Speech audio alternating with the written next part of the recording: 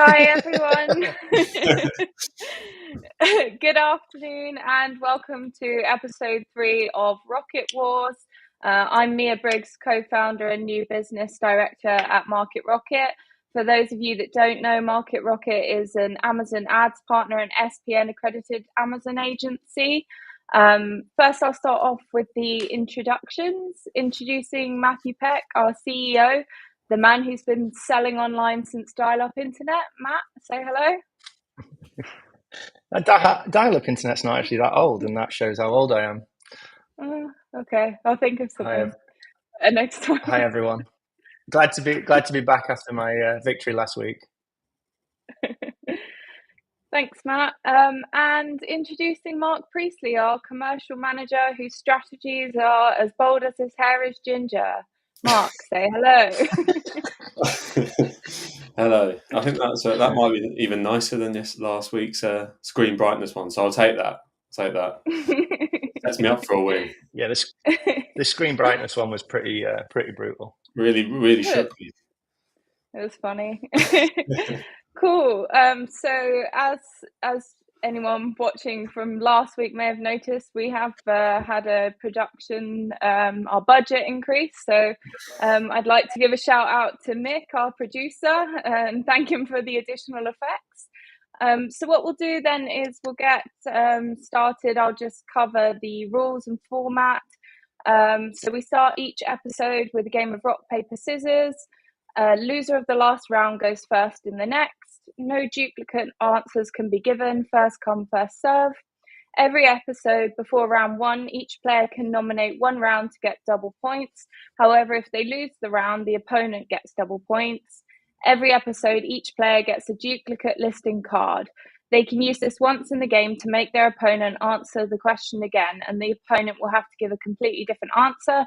And to keep both players in check, I have the ability to put either player into hazmat and deduct 1 point at any point in the game.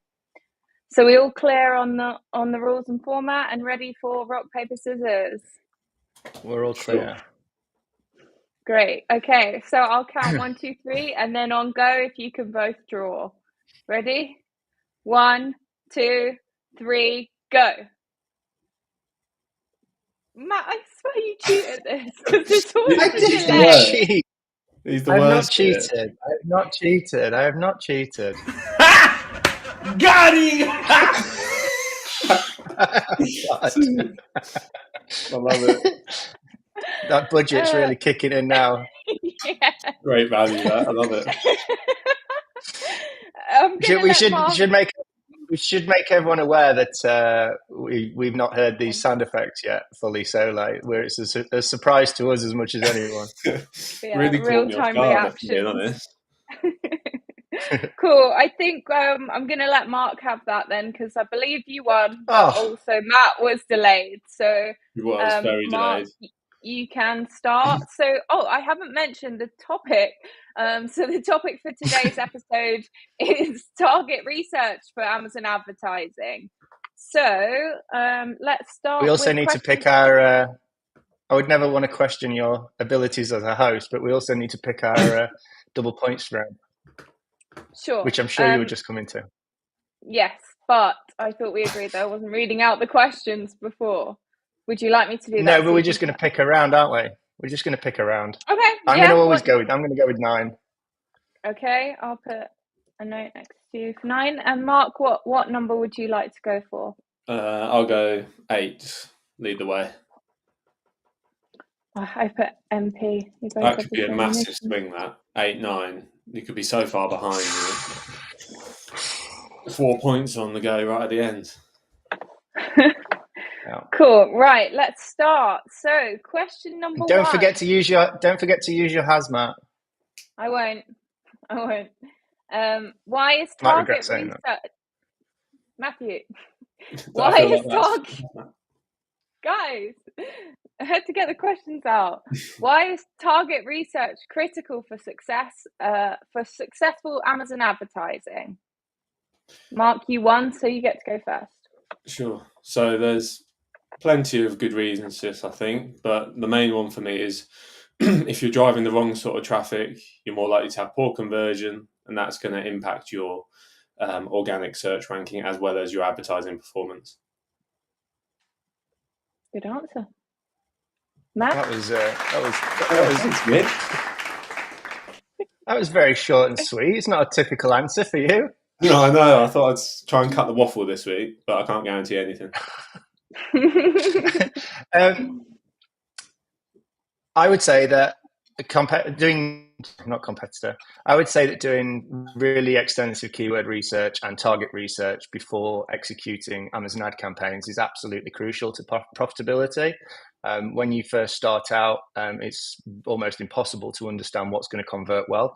So by doing that keyword research and trying to minimize the amount of bad targets that you would have, you're going to have a positive impact on your ROI and also improve the relevancy, as Mark said. I'm going to have to give that point to Matt. Okay. Well done, Matt. Very concise answer. Okay, question number 2. What tools can be used for Amazon keyword research? So there's a few different answers to this again, which is good. Primary ones,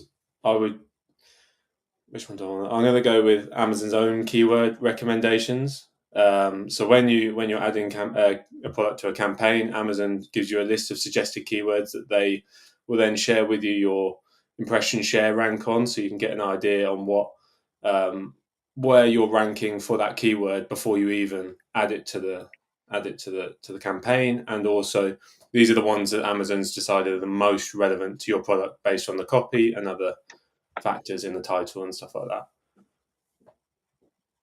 Thank you, Mark. Matt? Nice.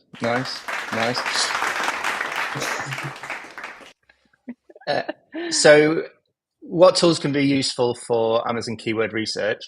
I would say that the Amazon tool itself is very good, and I personally do use that quite a lot and definitely advocate using it.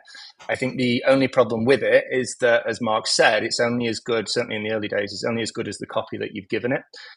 So what I would do in conjunction with that tool is actually use third-party tools like Helium 10 and Jungle Scout, where you can actually delve into your competitors who've got longer sales histories, perhaps, and also use that to get insight on what they're ranking well for from an organic and also an advertising perspective, and then overlay that to your Amazon keyword research tool and get a much better outcome. Okay, so Matt, you are saying the same answer as Mark plus. No, he's adding to Mark. No, I'm just qualifying it by saying that you would use that, but then you would, if you don't use external tools, then you can't use Amazon's keyword tool really to do competitor analysis. And obviously, if you're a new product into the market, which this season is all about starting up, you're going to want to look at competitors with sales history and indexing history. And to do that, you'd have to use a third-party tool because you can't do that within Amazon. So my answer is third-party tools because you can get more data on competitors who've been listing for longer. Let me think about this one. Ooh.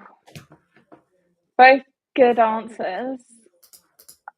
I would argue that it would vary dependent on the product and whether a niche existed for the product, because if you didn't have direct competitor or comparative products, you couldn't necessarily harvest keywords from their ASINs using the tools, in which case you'd want Amazon to give you suggestions on the keywords. So for that reason, I think I'm going to go with Mark. And so 1 point to Mark. Cool. Rob.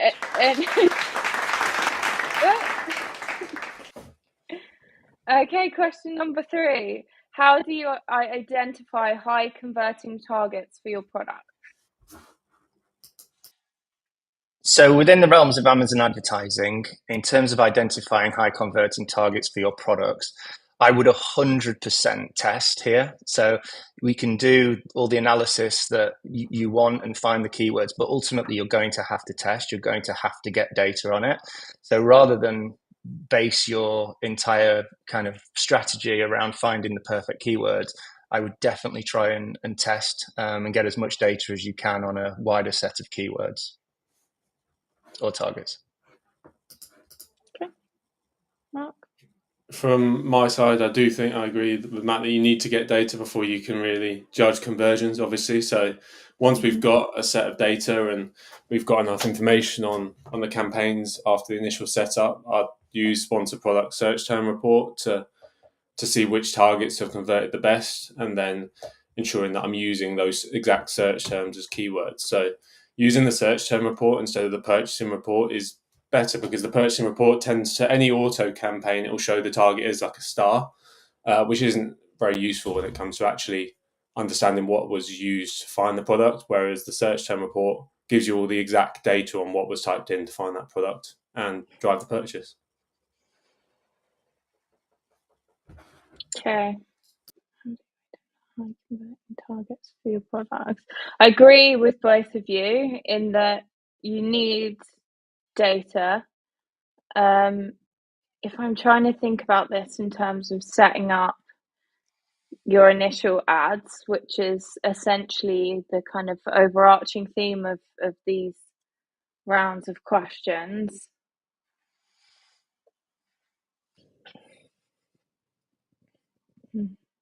2 hours later.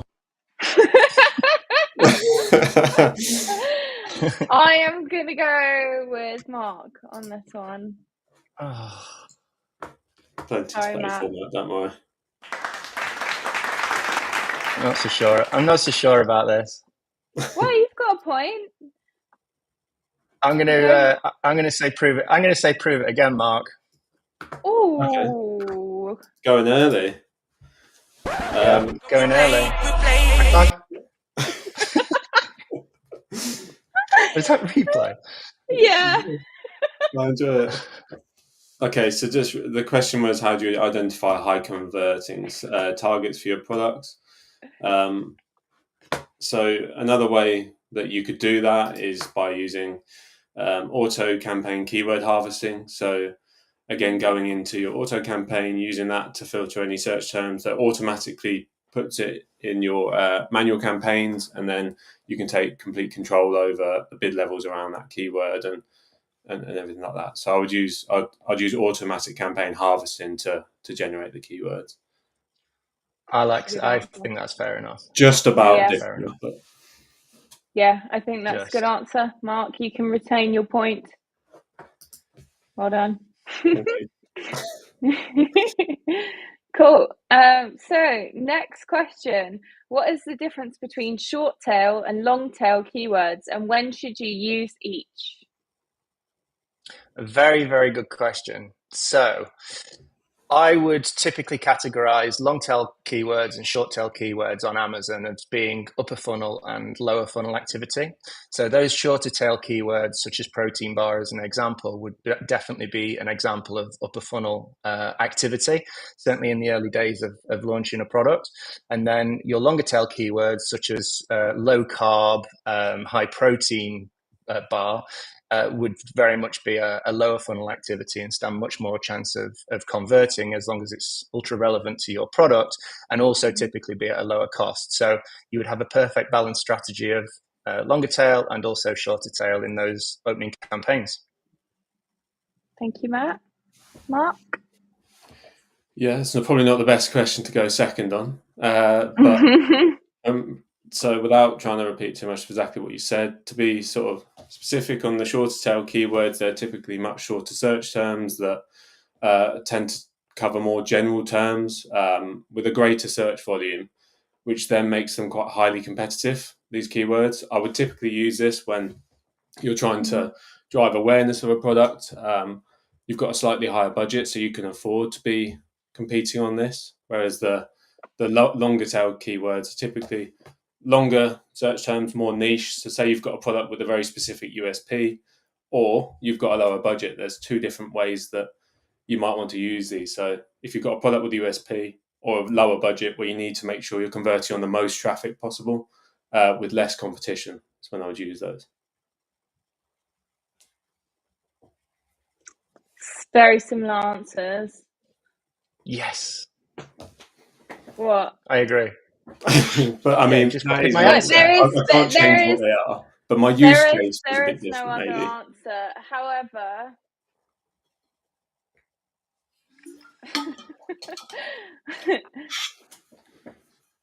I think I like Mark's answer better. Sorry, Matt. Just to recap on points, Matt, you're on 1. Well, Mark, we're in a you're on vicious 3. Well, we're in a vicious cycle now because all that's going to happen is I'll say the right answer, Mark will copy it, and then I he'll win told you every that point. wasn't the best one to go second on. I just had to answer it better. Subjective. To one person in the world who'd think that, and that's Mia. A good thing for me, she's the host. Right, moving Let us know on in the to the comments next. who won that one. Who won that one?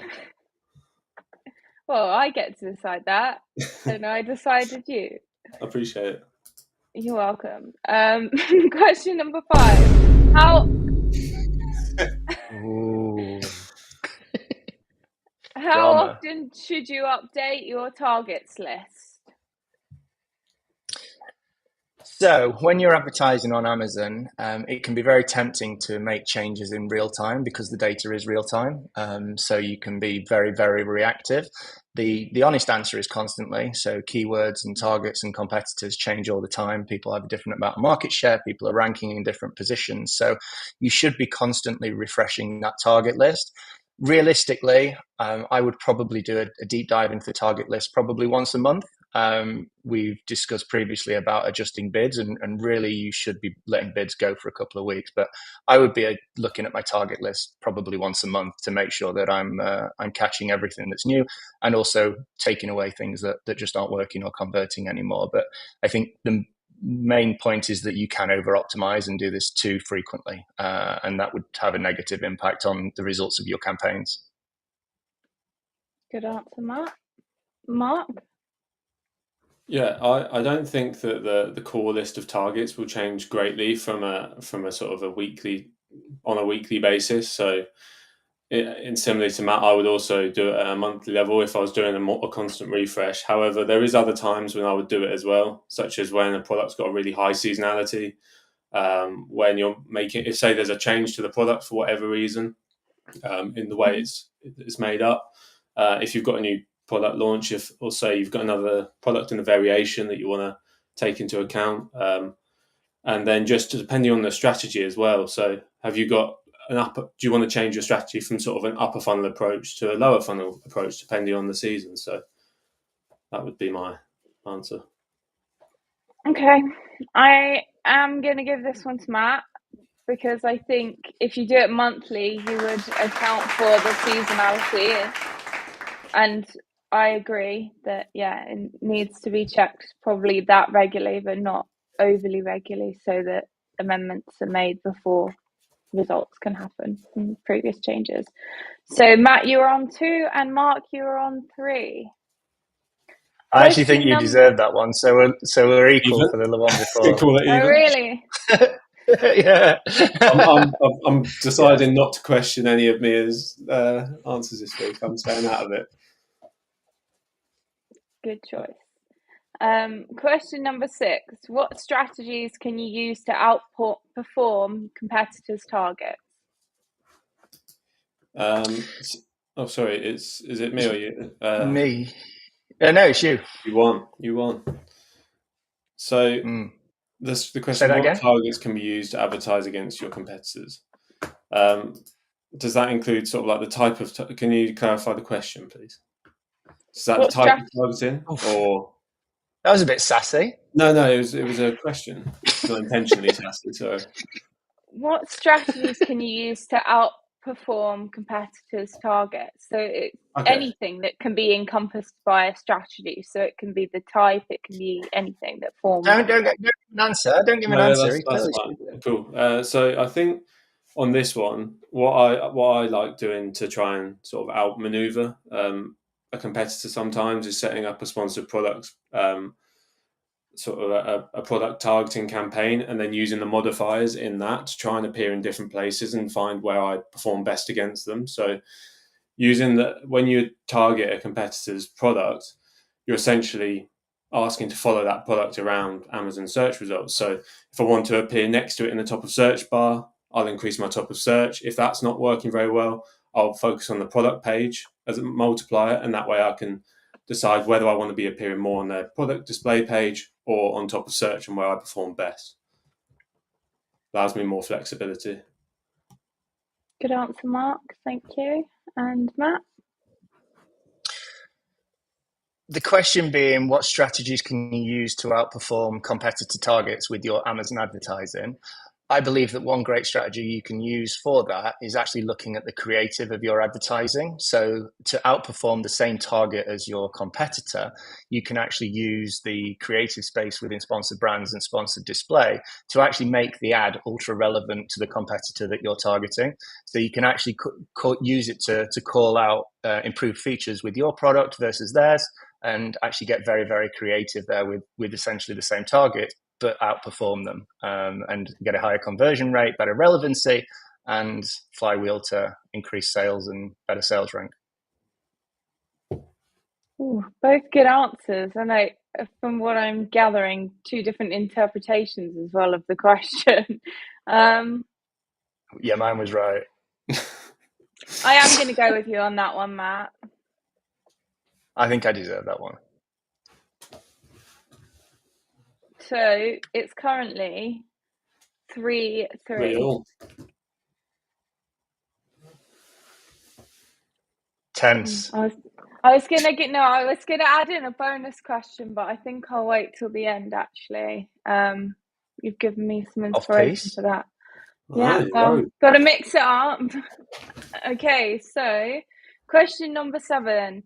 What Amazon reports or data do you find most helpful in refining or identifying your targets? Another one that wasn't mentioned sort of earlier that I really like is the brand metrics insight. So using inside the advertising dashboard to understand more about the consumer journey and what sort of lifetime value that customer has and where they joined the funnel, to understand sort of what sort of targeting we should be doing based on the lifetime value of a customer and the return on that.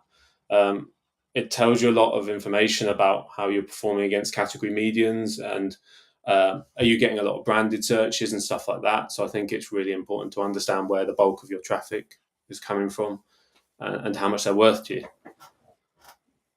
Thank you, Mark. Matt? To identify and refine your targets with Amazon advertising, the search term report is, kind of the holy grail with regards to the data at the keyword level or target level. But I'm going to go off piste and give another answer and say that actually you would look at customer behavior, because that's going to help you identify your targets and also refine them. If you're getting feedback from consumers that a product is maybe given a different use or has a particular lifespan or a variety of different things that you can actually then start to incorporate, and maybe things that you haven't actually thought of yourself. So using that customer behavior through reviews, feedback, purchase patterns is going to really help, and also the conversion rate. So I'm going to say that you need to consider a few different metrics and actually look at what your customers are saying about your product to help you advertise it better to essentially more customers in the same demographic. Interesting answers. Okay.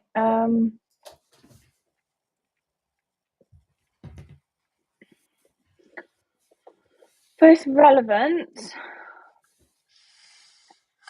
However, I am going to go with Mark, just because the quality of feedback sometimes, particularly reviews, is very product specific and maybe, surrounding the quality of the product as opposed to giving you an indication as to the personal circumstances that sort of build the customer profile for the individual leaving the review, to kind of give you an indication of the target. So that is my reasoning behind choosing Mark on that one. I wouldn't dare argue with you because I don't want to lose a hazmat point at this point. You can see how hurt I was last week about it. I'm just not saying, I'm not challenging a single thing. Cool. So Matt, I think we should have a hazmat. I think we should have a hazmat card for you. Oh, for me. And Yeah. how would you that can't change the work? game halfway, Matt. No, Yeah, it you wouldn't. can't I would use never that. use it, Mia, because You want to be you are- careful. No, I'll God, put you in please, hazmat. no! Okay, so next question is sorry, I lost my place. How can you leverage customer feedback and reviews in your advertising strategy? Now, Mark, you've selected this as your double points question. But Matt gets first go. Correct. You would think that, given my previous answer to the last question, that that might have been a valid point, given that this is a question in itself. Never mind. I'm going to put you in hazmat just for that. That felt This is insulting. why. That felt insulting. This is why you don't take these risks. So now you are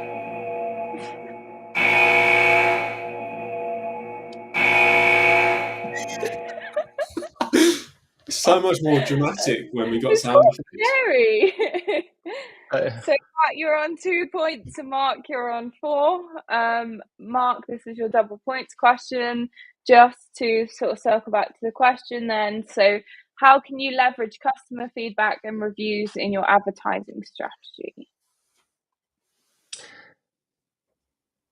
Leveraging customer feedback and reviews in your advertising strategy can be in the form of the creative. So what you can do is actually canvas the responses that you've had from customers and the feedback that you've had from customers, and potentially some of the images that have been shared, to actually use the creative within advertising to solve a need, and actually then start to incorporate that in your targets as well. So, as an example, if you've got a particularly durable product, then you can start to use that in your keywords, but then also have a creative to match those keywords and those targets that maybe plays on a competitor's weakness, or just highlights something that is a USP with your product that customers have directly shouted out. Okay, good answer. Thank you, Matt. Mark? Yeah, so unfortunately that was quite close to my original answer, so I appreciate your answer, Matt. I think it's a good answer.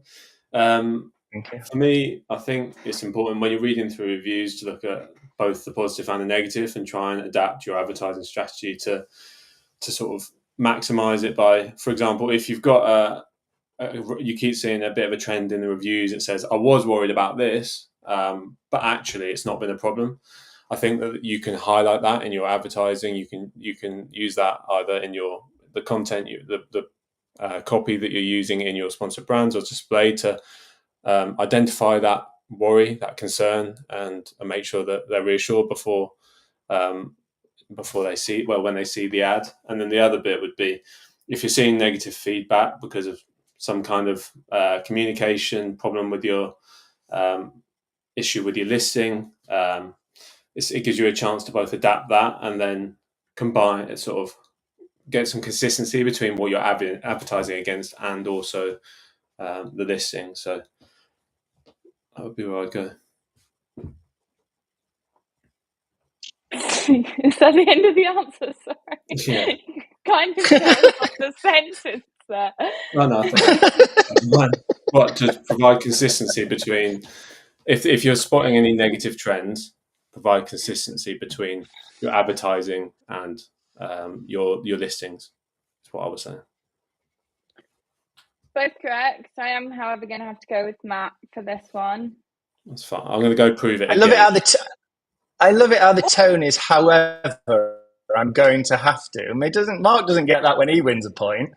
It's because it's double points. You feel bad for me, but I'm going to prove Very it again. sensitive. Do you know what? No, I'm not. I'm actually glad, Mark, that you've asked me to prove it again. Thank you very much for the opportunity to enhance and further develop my answer. So I would say use customer feedback and experience in your advertising strategy for selling on Amazon. In that, you can take that information, so let's say 5-star, 1,000 reviews, and actually use it as social copy and advertise that social copy, and actually direct off-site advertised traffic to your Amazon listing, which is going to have a compound impact on your sales rank and your organic rank. So thank you, Mark, for the opportunity to leverage that answer. I'm glad you got that out there. That's great advice. Yeah, that was very good. Very good point, Matt. So you get the point on this one. So just to recap, 2 points. 2 points. Do you get his double? That point? was legitness. Yeah, it was. Huh? Okay, so that puts you both at a tie then of 4-4. We are on question number 9. So well, this is for the win. This is for the win. This is for the win, because if you win, we're both level, so we go 2 points ahead. Unless you want to put Mark in hazmat. No, so we've got 2 questions left and you're on a draw. So one could either win or you could draw again and then double point. Okay, this is double point. This is you're right. Okay. What are negative targets and how do you use them effectively? And you're right, Matt, this is your double points question. Thank you. It's me to go first, isn't it? So negative targets are when you choose not to appear for a keyword or target. And when they're most effectively used is when you're doing any kind of campaign where Amazon has an influence on where you're appearing. So if that's an automatic keyword campaign or similar to advertised products, manual/broad, sort of manual broad/phrase, that would be another example where Amazon can have some sort of influence on where your product's appearing, and you can use negative targets to limit the chance that you're going to be appearing for poor conversion targets and products in the future. Thank you, Mark. Matt? Negative targets on Amazon advertising can be extremely useful, and the biggest use case that I would have for them is I would look at my top 50 or top 100 best sellers within my subcategory that my product is selling in, and actually look at the various different types of products and also price points within there, and start to understand what my product isn't. So if I'm trying to sell a £20 product and there's a £10 product that's comparable but maybe a cheaper option, then cheap or low quality, and I'm going to think about those types of keywords that I'm going to want to negate, so that I'm not trying to drive consumers who are looking for that cheaper product and actually go for my more expensive, more premium product. So I would say the answer to the question is competitive research to understand what my competitors' products are different to mine, and how can I mitigate paying for a click when actually the consumer was looking for a product that is of a different quality or standard.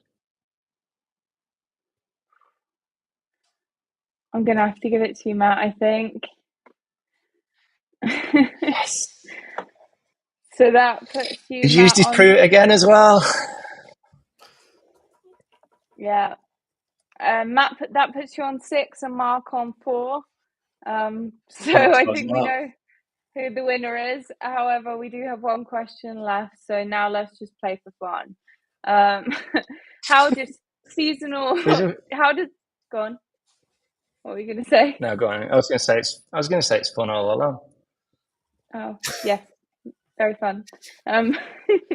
How do seasonal trends affect keyword selection and strategy?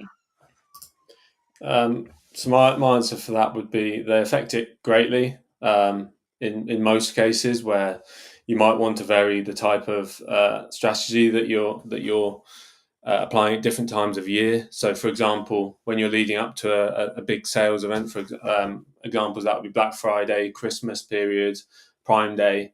In the lead up to that, you might be focusing sort of greatly on upper funnel sort of search targets and driving awareness for a product.